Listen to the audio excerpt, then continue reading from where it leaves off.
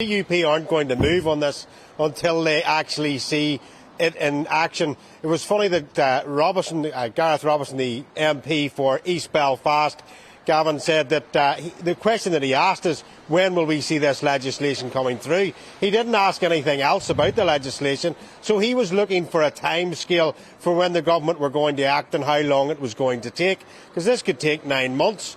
But I think it was as predictable a statement as the reaction has been from it. You talked there about the amount of paperwork that it took.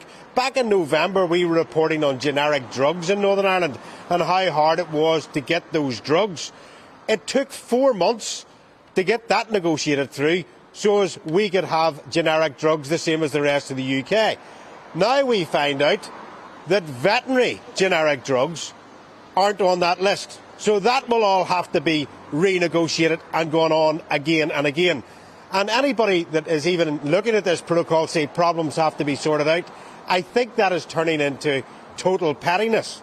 So it is obvious that something had to be done. The people in Belfast here realise that it has to be done. I don't think they care if it's scrapped or not. But the DUP will be happy with the stuff around taxation, governance, again that is the ECJ, and of course the common travel area.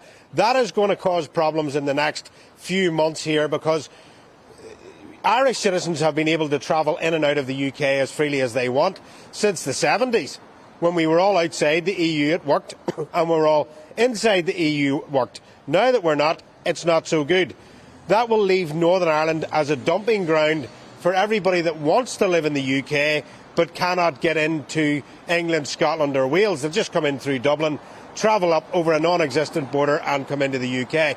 So stuff like that is extremely important that was overlooked in the protocol.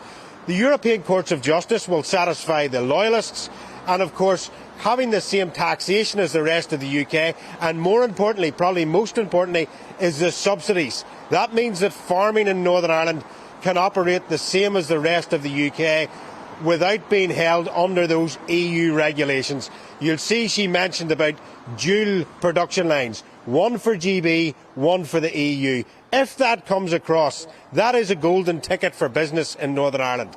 If the EU stand on that, it will probably bring us back to where we were in the first place.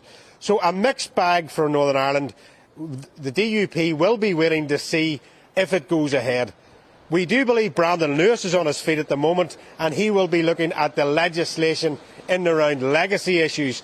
That immediately will cause more of a row in Northern Ireland than anything else. That's the soldiers that keep getting brought back to the courts behind me to stand trial for things that happened maybe 50 years ago. So I will be keeping an eye on that. On the protocol, I await to see this evening exactly what the political fallout is from that, but I would believe that it is going to go down the lines of nationalism and unionism. Very, very predictable.